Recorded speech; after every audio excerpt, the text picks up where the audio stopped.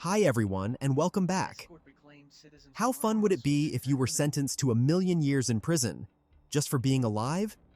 Well, that's the setup for Freedom Wars Remastered. You're living in a dystopian world, forced to go on dangerous missions to reduce your sentence. Your ultimate goal? Get that sentence back to zero. This was a popular game on the PlayStation Vita, and now it's been remastered for PlayStation 4 and 5, Nintendo Switch, and PC. For €40, you can expect a Monster Hunter type of game, but with faster-paced combat and a bigger focus on story. Think of it more like the older Monster Hunter games on the Nintendo 3DS, rather than Monster Hunter World. The core gameplay loop revolves around taking missions, gathering resources, and upgrading your gear to reduce your sentence. You'll spend most of your time in combat zones, fighting off enemies called Abductors. Your job? Make sure they don't capture citizens, or rescue the ones who've been taken. The gameplay pattern will feel familiar. You fight enemies, complete an objective, return to base, hand in your items, and then repeat.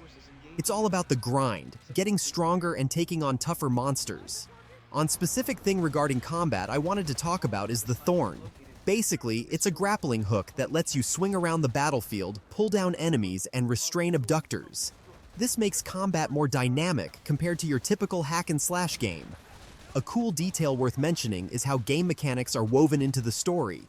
For example, fast travel exists in this world, but at the start, you can't use it. Why? Because you're a criminal. You need to raise your sinner rank to earn that privilege. Also, there's a nice twist with mission rewards. You get more points if you finish missions faster. But here's the catch. Keeping those rewards can actually extend your sentence. It doesn't really impact the gameplay much, but it's a nice way to include some narrative in a gameplay system. The game also supports co-op with up to 8 players. I'm still not sure who has 7 friends to invite, but if you do, lucky you. Now, as for the remaster itself, don't expect a complete rebuild, but you will get higher resolution textures, 4K support, an improved crafting system, added difficulty levels, and English voice acting. I never played the Vita version, so I can't compare them directly. But here's a word of warning. Right now, the game has mixed reviews. From what I've seen, that's mainly due to crashes and performance issues. I couldn't get past the screen where you had to enter your name. I had to change the language to German to get past a crash, then restart it in English.